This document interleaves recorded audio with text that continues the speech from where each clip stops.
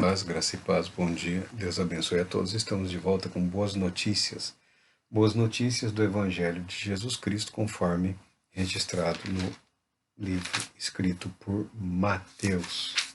Em dado momento, um grupo de mestres da lei e de fariseus que acompanhava Jesus após ouvirem um discurso, após presenciarem uma série de feitos maravilhosos pelo Senhor, eles fazem um questionamento. Estamos no capítulo 12 de Mateus, versículo 38. Então, alguns dos mestres da lei e fariseus lhe pediram: Mestre, queremos ver da tua parte algum milagre. Alguns dos mestres da lei e alguns dos fariseus. Não eram necessariamente todos os representantes desses dois grupos. Havia vários grupos acompanhando Jesus, sondando o seu ministério, avaliando os seus feitos, a sua pregação, né? Alguns impressionados, alguns sendo impactados e transformados, outros sendo levados a, a um sentimento de ódio, de indignação, de revolta.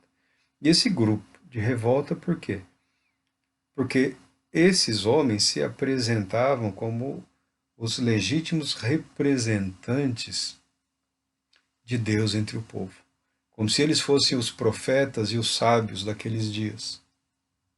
E buscavam para si o coração do povo, a alma do povo, a mente do povo, como maneira de legitimarem a sua presença na estrutura político-religiosa do Estado. E alguns desses homens pediram um sinal, um milagre. Mestre, queremos ver da tua parte algum milagre, como se não tivessem presenciado inúmeros feitos, milagres, prodígios. Jesus responde: uma geração perversa e adúltera pede um sinal miraculoso. Todavia, nenhum sinal lhe será dado, exceto o sinal miraculoso do profeta Jonas. O texto aqui não nos declara se eles pediram um sinal específico, ou se eles fizeram referências a milagres registrados no Antigo Testamento.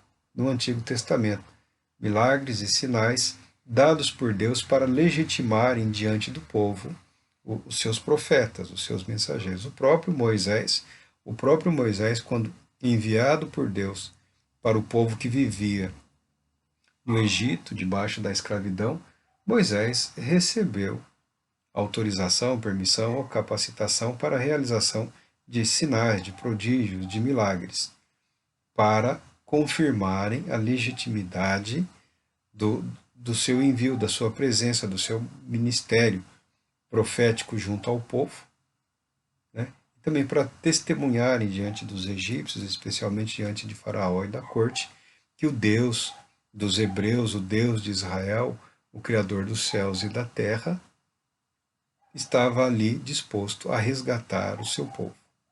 Não é necessariamente ilegítimo da parte desses homens o pedir um sinal ou um milagre para confirmar as afirmações de Jesus o Cristo. Não é necessariamente ilegítimo. A maneira como foi apresentado esse pedido, a maneira como foi apresentado essa provocação, na verdade, causou indignação no Senhor, porque ela não era fruto de um desejo de permanecer fiel a Deus e de exigir garantias de que aquele que ali estava não era mais um, porque muitos haviam aparecido dizendo que eram o Cristo, que eram o Messias, que eram o Salvador, mas nenhum deles foi capaz de realizar absolutamente nada, conforme foi feito pelo ministério de Cristo Jesus.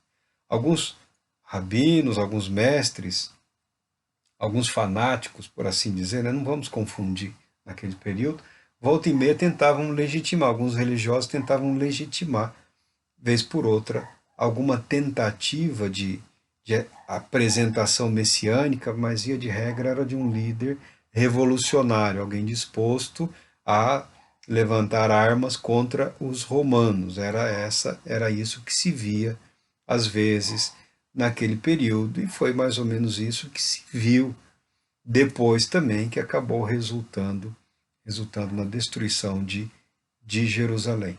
Fanáticos, né? Messias belicosos, né? Salvadores, homens que se apresentavam como Cristos, como salvadores, dizendo-se ungidos para a batalha e acabaram levando a cidade e o país depois completamente à ruína. Então, o exigir ou pedir algum sinal como salvaguarda, como uma garantia de que o que está ocorrendo de fato tem o propósito de glorificar a Deus, não é necessariamente errado. Agora, a índole, o caráter dessas pessoas causou repulsa em Jesus, que responde àqueles homens. Eu tenho a impressão de que ele respondeu para aqueles homens, mas para todos ouvir. Uma geração perversa e adúltera pede um sinal miraculoso. Uma geração má. Ele chama aqueles homens abertamente, publicamente, de homens maus e de adúlteros. O adultério, como nós já falamos nesses textos aqui, o adultério é uma referência ao abandono de Deus. É o abandono da fidelidade a Deus. É possível ser religioso e ser infiel a Deus? É claro que é. É claro que é. E nós vemos aqui uma triste condição do povo de Deus naquela época. A liderança instituída estava parcialmente corrompida por homens de diversos grupos religiosos que haviam abandonado a Deus, mas não abandonavam de modo nenhum a religião, porque a religião era a garantia da manutenção do status social, do status político, do status econômico, né? A atividade religiosa garantia a respeitabilidade entre os homens ou entre os seus. Mas Jesus está dizendo que comunhão com o Pai, obediência a Deus, não havia na vida desse indivíduo. Eles são chamados de adúlteros. Eles são chamados de infiéis a Deus. O Senhor está dizendo que eles abandonaram o Senhor Deus e cultuavam e adoravam, na verdade, outras coisas. Não há necessidade de pensarmos em termos de idolatria, mas nós sabemos que os ídolos do coração, da alma, da mente humana, né? O pecado, primeiro, adorar a criatura ao invés do Criador, né? O culto a si mesmo, o culto à instituição, né? Os mestres da lei, os fariseus, né? A autopromoção que beira, né? O autoculto e o abandono dos valores principais. Jesus, uma vez atacado, ele abre totalmente diante de todos a ferida. A ferida que é a causa do fracasso, do fiasco das instituições e do povo de Deus naqueles dias. O abandono de Deus. O abandono de Deus. E Jesus disse, eles não, a esse povo, a essa geração, não será dado nenhum sinal, exceto o sinal miraculoso do profeta Jonas. Então eles pediram algum sinal. Eu tenho a impressão de que eles pediram algo específico, como um dos sinais realizados por Moisés, ou como um dos feitos realizados por Deus através de Elias ou de Eliseu, né? Provavelmente alguma referência a esses feitos maravilhosos que estão descritos na Bíblia foi feita. E Jesus disse não, não. O único sinal que será dado a essa geração é o sinal do profeta Jonas. Jonas, assim, portanto, assim como esteve Jonas 3 dias e 3 noites no ventre de um grande peixe, assim o Filho do Homem estará 3 dias e 3 noites no coração da terra. Uma indicação da ressurreição. Jonas é um profeta e Jonas é um livro interessante, fascinante. Alguns o tratam totalmente como uma alegoria, né? Consideram difícil de aceitar todos os acontecimentos. Mas o fato é que não há nada de impossível no livro de Jonas. A referência aqui ao grande peixe, ou à baleia, né? Alguns traduzem como baleia, outros traduzem como grande peixe. A expressão original é grande monstro marinho, uma criatura, uma criatura colossal que povoava os mares. Teria engolido o chamado profeta fujão, que preferia sofrer o castigo de Deus, mas não queria levar uma mensagem de salvação a um povo rebelde e idólatra que sabia Jonas viria no futuro a invadir, causar grandes males ao povo de Deus.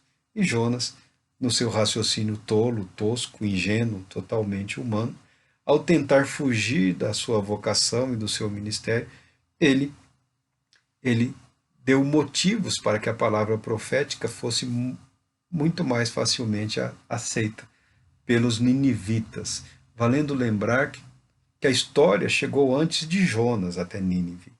Os ninivitas cultuavam uma divindade, Dagon, é o deus peixe, é o deus peixe. O relato de um homem que foi engolido, que ao fugir do seu Deus foi engolido por um grande peixe, por um animal marinho, por uma poderosa criatura marinha, depois devolvido à terra e decidiu cumprir a sua jornada, né, viajando até Nínive para proclamar arrependimento. Foi ouvido, foi aceito uma repercussão que Jonas ficou revoltado de ver a facilidade com que as pessoas acabaram aceitando a mensagem de arrependimento. Os ninivitas se arrependeram, os ninivitas se arrependeram com a pregação de Jonas. Cristo apresenta este sinal, o período que Jonas permaneceu no abismo do monstro colossal, nos ventres, sobrevivendo ali pela graça divina, por esse curto período de tempo. Há relatos aí em algumas bibliotecas, em algumas enciclopédias, em algum material, de que um marinheiro britânico teria sido tragado aí por uma baleia e sobreviveu algum período, né? E um longo período foi resgatado, que eram baleeiros, né? O animal foi morto, ele foi resgatado com vida, apesar de ter sofrido uma certa descamação da pele por conta dos ácidos. Esse homem teria retornado à Terra e viveu por vários anos até que morreu. Foi conhecido como um Jonas naqueles dias. Nós não sabemos muito sobre as criaturas todas elas que povoavam os mares, os oceanos da Terra. Mas parece bem possível. Nós temos conhecimento de animais aí de grande porte e nós sabemos que essas criaturas, quando não estão debaixo de grande ataque, podem prosperar, elas atingem tamanhos colossais. Ainda hoje nós temos conhecimento aí de répteis que podem atingir tamanho, dimensão assim, muito grande. Então não é de todo impossível que isso tenha acontecido. Mas o milagre não está na existência ou não de criaturas desse porte. O milagre está na maneira como Deus conduziu as ações e reações de um homem com o objetivo de garantir o fiel cumprimento da sua palavra. Para aqueles mestres da lei, para aqueles fariseus, Jesus deixa claro que a ressurreição seria o sinal. A ressurreição é o milagre. Nós também pedimos, Senhor, se tu me amas, Senhor, se é verdadeira a tua palavra, Senhor, se de fato as coisas são como eu tenho visto, ouvido e me tem sido falado, o Senhor bem que realizará, pode realizar na minha vida. Não é incomum, não é incomum. Eu acho até importante que nós possamos expressar a Deus as nossas inquietações, as nossas necessidades, as nossas frustrações, porque temos como Pai o Deus Todo-Poderoso, Criador de todo o universo, que cria, sustenta e governa. Não há mal nenhum em referir-se ao Todo-Poderoso com devido respeito, reverência, clamando a Ele por bênção, por milagre, por uma intervenção que possa trazer benefício às nossas vidas e glória ao nome dele. Acontece que Deus tem pleno e perfeito conhecimento do que de fato é necessário para que o nome dele seja glorificado. E às vezes nós nos sentimos pouco confortáveis em não vermos as nossas orações, as nossas petições totalmente atendidas. Mas isso de forma alguma deve ser motivo para desânimo, porque não estamos agindo com o Senhor como agiram os fariseus por arrogância, por vaidade, por pretensão. Não, estamos agindo porque reconhecemos em Deus o poder e o amor e o querer suficiente para transformar as nossas vidas e as nossas realidades. Por isso nós clamamos ao Senhor. Não é equivocado, não é errado clamar a Deus por socorro, pedir a Deus um sinal. Se bem que a meditação na palavra de Deus, o estudo da palavra de Deus, o viver de maneira sóbria, consciente, prestando atenção nos acontecimentos que nos cercam, nas pessoas, nos fatos, nós podemos ser orientados pelo Todo-Poderoso através da vida, através do viver. Algumas pessoas estão sempre querendo algo muito do sobrenatural, sobrenatural, sobrenatural, mas o Todo-Poderoso Deus age em meio às coisas naturais. Exigiram de Cristo Jesus um sinal, ele não aceitou, ele repeliu a proposta, mas ele deixou evidenciado que o sinal a ser dado àquela geração seria mais poderoso do que o sinal que Deus realizou entre os ninivitas através da vida do profeta Jonas. E Jesus fala agora de juízo, porque esses homens eram juízes, eram julgadores, eram homens importantes socialmente.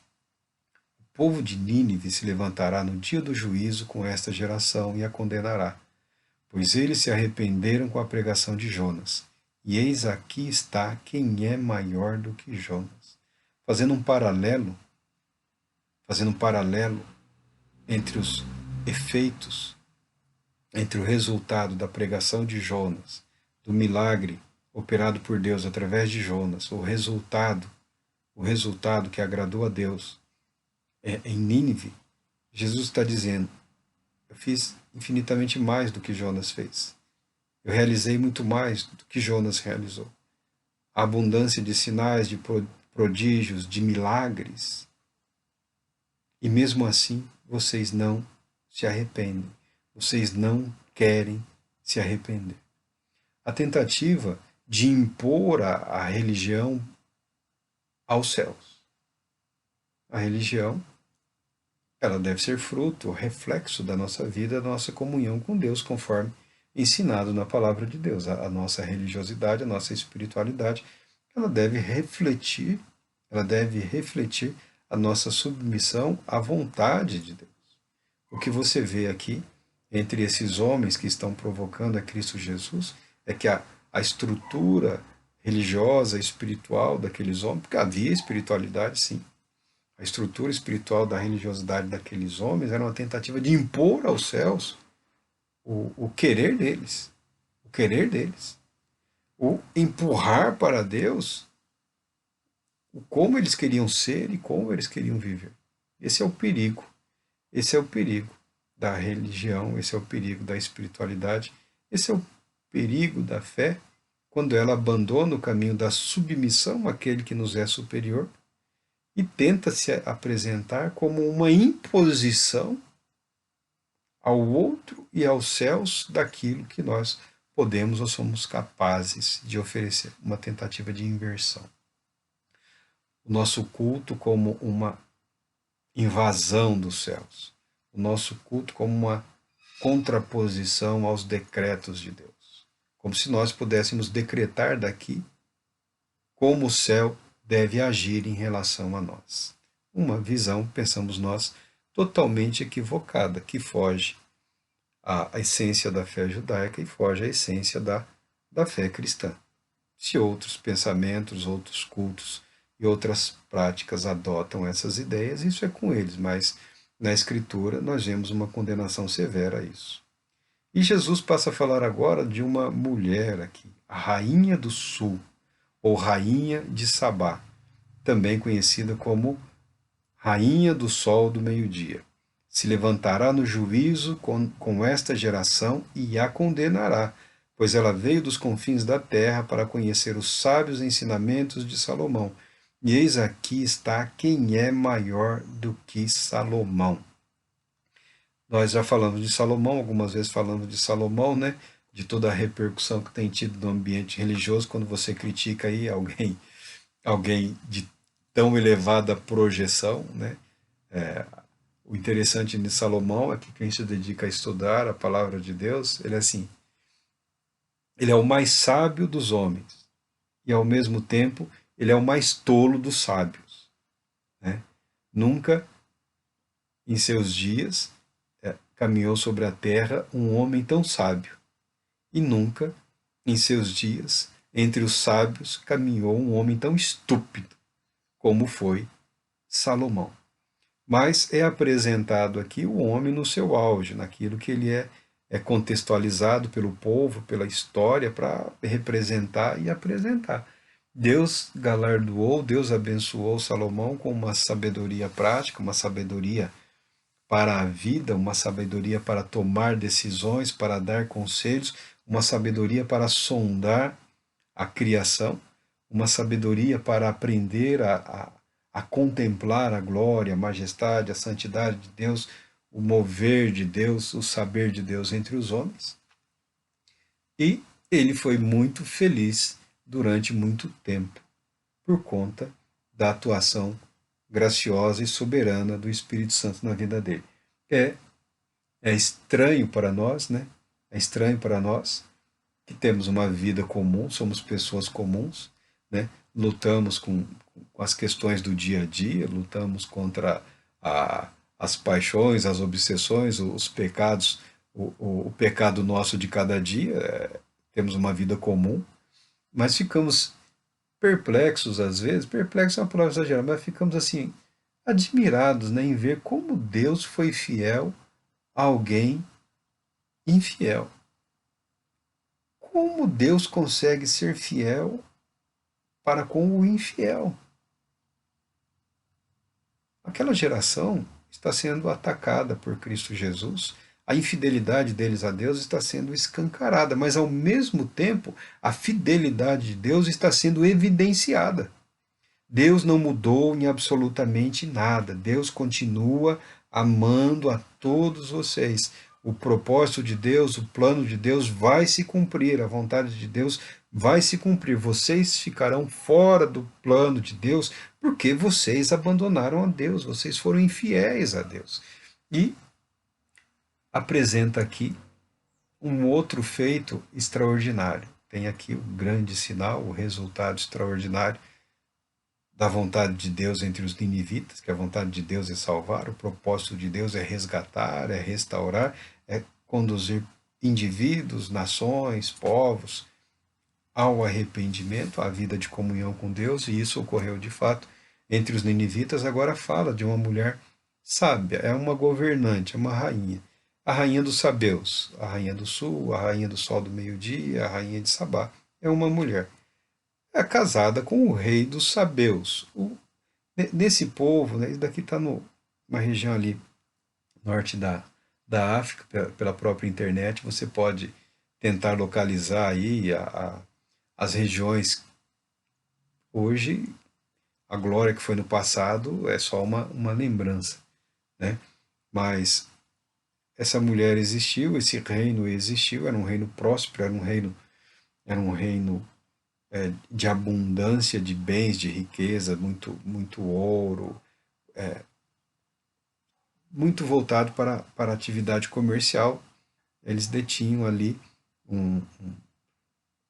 as rotas para o Oriente, então era um reino de comércio intenso e era um reino muito próspero, muito rico, muito peculiar. O rei, muito provavelmente, porque foi a rainha e não o rei. Alguns historiadores aí, eu não entrei muito nos detalhes, mas é perfeitamente possível. O rei desse povo não era muito diferente. Há paralelos com a cultura egípcia e a religiosidade egípcia. O rei desse povo, ele ele não podia se afastar das suas obrigações, né, das suas obrigações reais. É como se ele fosse uma divindade entre os homens, mas ele deveria permanecer confinado ali aos seus gloriosos palácios, né? O rei, na sua majestade, não poderia abandonar o palácio, não poderia abandonar as suas funções, as suas obrigações. Na mitologia, nesses cultos antigos, né, é, eram muito poderosos e ao mesmo tempo prisioneiros de todo esse poder. E nessa cultura, muito provavelmente, a mulher, ela exercia funções administrativas, porque esse rei todo-poderoso, né, como o sol do meio-dia, por assim dizer, as expressões elogiosas que se tornam depois uma espécie de adoração, de culto, né? Esse homem seria importante demais espiritualmente para se envolver em questões mundanas. Há mitos, há lendas da sabedoria desses reis, desses homens. Provavelmente exagerados, é claro, mas há referências a tudo isso. Essa mulher, rainha de um reino importante, de um reino muito próspero, ao ouvir falar da sabedoria de Salomão, muito provavelmente sabedoria dada pelo Deus de Salomão, ficou curiosa e foi conhecer esse rei. Chegou na época em Jerusalém com uma comitiva gigantesca de camelos, de presentes, né, ouro, óleos preciosos e por aí afora. E a Bíblia declara que ela ficou impressionada com a sabedoria de Salomão. Em retribuição à presença e aos presentes, Salomão também concedeu a ela muitos presentes, mas o fato é que ela ficou muito impactada com a sabedoria de Salomão. Há uma série de lendas, há uma série de mitos, de algumas construções românticas no que diz respeito a Salomão ter ou seduzido ou desposado essa mulher. Há complicações de ordem prática, né? Porque certamente ela era casada, né? E seria um problema internacional esse relacionamento equivocado. Mas há, não necessariamente na Bíblia, mas há referências históricas de uma cultura que se formou de que essa mulher teria sido ou seduzida ou se deixou levar pelas circunstâncias e teria engravidado do rei Salomão. E cria-se toda uma cultura de dinastia, de herança, de descendentes entre esses remanescentes desse povo que atribuem às suas linhagens, né, aos seus reis, aos seus governantes, uma descendência direta a Salomão. É interessante, né, a título de informação e de cultura, se bem que isso é levado a sério ainda nos lugares que são tidos como referência à descendência ou continuidade desse reino aqui. Aí é uma coisa que você pode pegar aí os livros de história, ou os livros de história, romance, ou história dos povos, dos reinos, você vai achar algumas referências interessantes que, que povoam a mente das pessoas, dos indivíduos, mas o fato é, essa mulher de um reino glorioso, de um reino famoso, importante, de uma cultura próspera, de uma cultura de sabedoria, de uma cultura de intenso comércio. Ao entrar em contato com Salomão, ficou impressionada com a sabedoria de Salomão. De fato, o que causava, o que gerava, o que promoveu o reino de Salomão não foi ele, foi Deus.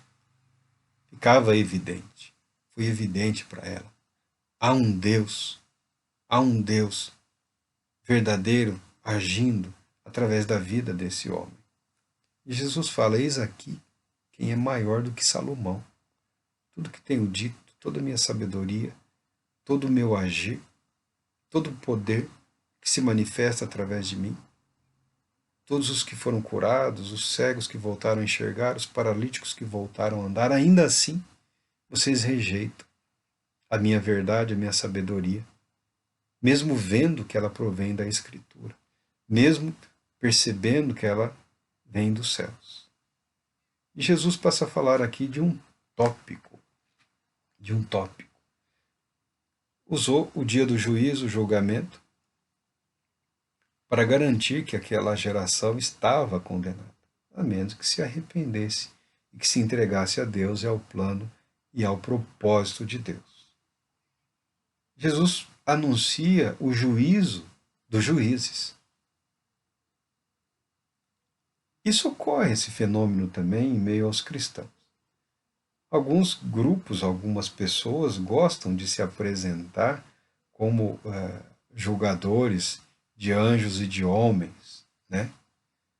Fazendo uso de alguns textos da Escritura, fazendo uso de alguns textos da Palavra de Deus, mas a Palavra de Deus fala que tudo que é atribuído aos cristãos é decorrente do que constitui direito eterno do Senhor Jesus Cristo.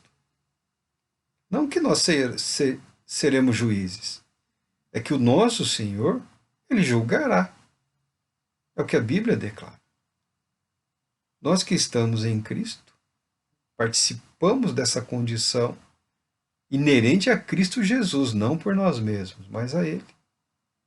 Toda expressão desse tipo é um espaço e uma oportunidade para se dizer, como de forma cultica ou litúrgica, toda honra, toda glória, todo louvor, toda adoração, todo juízo, todo o poder, toda majestade, toda santidade, toda justiça, toda verdade pertencem ao nosso Senhor e Cristo.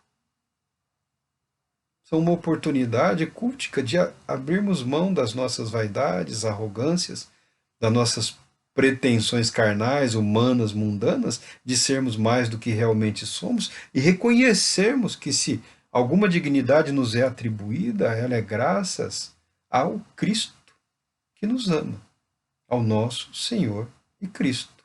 Essa é uma perspectiva, é uma sugestão de adoção dessa perspectiva para uma vida saudável e equilibrada.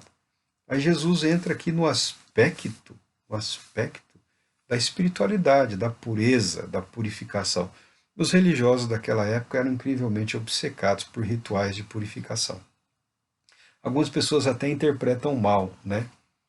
O hábito de é bom lavar as mãos, né? Nós estamos vendo aí em tempos de pandemia, né? Em tempos de epidemias, de pandemia, o bom hábito de lavar a mão, né? De trocar as vestes com frequência, né? É totalmente saudável. Mas o que havia nos judeus era uma obsessão a tal ponto que eles chegavam a considerar que o ocupar o mesmo espaço que um não religioso, que um não judeu, causava uma contaminação física e espiritual. Uma contaminação. Eles não só literalmente a palavra imundo, né? Eles usavam isso com muita frequência, Quem não adotasse, ou por nacionalidade estrangeira, né, ou por dificuldades pessoais, sociais ou econômicas, quem não adotasse o padrão de vida religioso daqueles homens, era tratado como um imundo, como um animal, como se fosse um poço de doenças, de infecções. Várias culturas desenvolveram esse tipo de aversão ao outro, né? Tentando lançar sobre o outro a origem de doenças, de problemas, de transtornos, de morte, de presença de demônios. Jesus usa esse pensamento, esse argumento, porque esses homens, esses líderes, eles se apresentavam como santos, como puros, e apresentavam as suas doutrinas como meios de purificação, de santificação e de preservação e de manutenção de uma pretensa santidade, alegando uma imunidade a toda e qualquer influência moral, espiritual e por aí afora. Jesus desmascara esse conceito, essa ideia. Ritos e cerimônias, ainda que repetidos exaustivamente, não têm poder para garantir imunidade espiritual a absolutamente ninguém. E Jesus conta essa parábola. Não é só uma parábola, né? É contado em termos de parábola, mas ele expressa uma verdade. Porque várias vezes na história de Israel, várias vezes na história das igrejas, Deus enviou os chamados avivamentos, os processos de renovação, de purificação, os movimentos de santidade, né, os movimentos de piedade, uma série de movimentos ocorreram e têm ocorrido na história das igrejas com o objetivo de restaurar, de purificar a fé, de trazer à tona a verdade do Evangelho. Em Israel também. Nós vemos na Bíblia. Nós vemos na Bíblia a dedicação com que Deus buscou purificar o povo. Purificar da idolatria, purificar da violência, purificar da mentira. Os processos de purificação, ou seja, de conduzir o povo ao arrependimento, de restaurar, de resgatar a comunhão com Deus e de se estabelecer uma vida social o mais próxima possível dos mandamentos, da obediência a Deus, é o registro da história do povo de Israel, do povo judeu. E Jesus diz aqui, quando um espírito imundo sai de uma pessoa, passa por lugares áridos procurando descanso, mas não encontra onde repousar. Essas entidades, ao que tudo indica, né? Nós chamamos de demônio, aqui é falar como espírito imundo, um ser impuro, um ser impuro. Em diversas ocasiões, pessoas debaixo dessa influência foram apresentadas a Cristo Jesus e todas foram libertadas muito rapidamente, com pouquíssimas palavras e sem nenhuma explicação ou satisfação, tá? E quase nenhuma curiosidade. Eles não têm repouso, eles não têm paz, eles não têm alegria, eles não têm sossego. Então diz, voltarei para minha casa de onde saí, e retornando encontra a casa desocupada, varrida e arrumada. Diante disso vai e leva consigo outros 7 espíritos piores do que ele, e entrando passam a morar ali. E o estado final daquela pessoa torna-se pior que o primeiro. Assim também ocorrerá com esta geração má. O que Jesus está dizendo? Apesar de todo o esforço da parte de Deus para santificar o povo, para purificar o povo, para libertar o povo, aquela geração estava conseguindo atrair para si o que havia de pior em termos de espiritualidade, né? A presença maciça do mal nas mentes e nos corações daqueles homens. É possível, sim. Não temos muitas explicações, tá? E não pretendemos aí também ficar tentando sondar vidas, pessoas e propósito para tentar adivinhar este é isso e aquele é aquilo. Não. Um homem deve ser avaliado pelos seus atos, tanto pelas suas palavras como pelas suas ações. Pelas suas ações. O que Jesus está deixando claro aqui é que diante dele, diante de Deus, nenhuma performance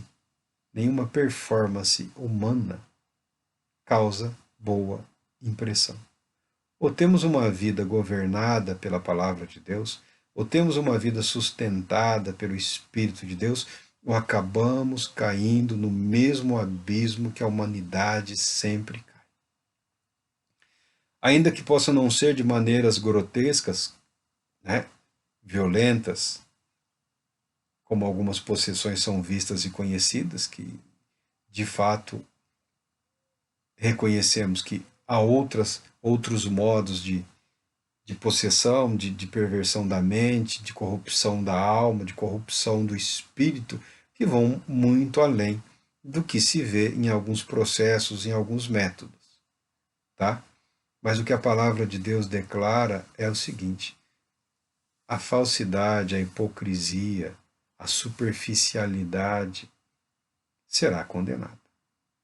Não será sem castigo que as pessoas se apresentam ou acreditam que podem se apresentar como representantes de Deus, como servos de Deus, como ministros de Deus, como novos profetas de Deus ou como uma nova geração apostólica, agindo, fazendo, desfazendo, gritando, pulando, berrando, ameaçando, um comportamento grosseiro, amalucado, um comportamento que não glorifica o nome de Deus, não exalta o nome de Cristo, um evangelho corrompido, deturpado, muito parecido com esses movimentos de santidade que começaram todos muito bem. Os fariseus, é o que eu falo, Jesus batia forte nos fariseus, porque eles começaram muito bem. Eles começaram muito bem. Algumas parábolas usadas por Jesus atacam diretamente a eles. Via de regra, acabam sucumbindo pelo que a maioria das pessoas sucumbe, né? A riqueza, o poder, o prazer, a fama, ou coisas assim. Não que riqueza seja pecado, não que poder seja pecado, não. É o uso ilegítimo ou o abuso desses meios, desses métodos, como que justificativa, ou tentando justificar o abuso disso tudo, estamos fazendo a obra de Deus. Nós vemos muitos criminosos usando essa expressão, né? Não mexam comigo porque eu estou fazendo a obra de Deus. Não, você está fazendo a obra de Satanás. Você está fazendo a obra do diabo. Está corrompendo o evangelho de Cristo, está deturpando a palavra da salvação, a palavra que verdadeiramente purifica e transforma, para usá-la como ferramenta de destruição de vidas. Não há geração que não sofra a devida justiça de Deus no que diz respeito ao uso ou ao mau uso das prerrogativas graciosas dadas pela palavra, pelo Espírito Santo. Nós somos responsáveis pelos nossos atos, nós somos responsáveis pelas nossas vidas, nós somos responsáveis pelas nossas decisões. Por isso, o Senhor Jesus nos chama a prestarmos uma atenção maior no que de fato está acontecendo. O discurso pode ser bom, o discurso pode ser bonito, mas as intenções, as motivações não justificam o erro. Não justificam o erro. Não justificam o erro. Como diz lá o pastor, todo prazer tem seu preço. Todo prazer tem seu preço. O tentar exercer atribuições que não lhe foram dadas, ou seja, de forma ilegítima, trará terríveis consequências. E nós podemos fugir dessa ira. Nós devemos fugir dessa maldição, dessa ira de Deus. Tal qual os ninivitas, dando ouvidos à palavra verdadeira, à palavra de arrependimento. Tal qual a rainha sábia, dando ouvidos à palavra de sabedoria, ao Senhor e Cristo Jesus, a sabedoria de Deus entre os homens. Precisamos dedicar um pouco mais da nossa vida ao desenvolvimento de corações sábios. Precisamos aprender a reconhecer de uma forma mais rápida o agir de Deus, a vontade de Deus. Precisamos estar atento para as mudanças promovidas pelo Espírito Santo, buscando conduzir a igreja mais para um lado ou mais para o outro, indicando o caminho correto, que a igreja ou as nossas vidas nem sempre está seguindo. Que Deus Todo-Poderoso te abençoe e te proteja. E eu espero que você tenha plena consciência.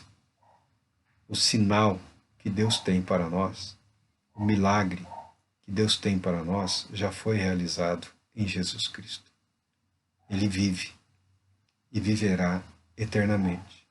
E nós, os que cremos, temos diante de nós a promessa, a proposta de vivermos eternamente com Ele. Deus Todo-Poderoso te abençoe, te proteja e te conceda a paz.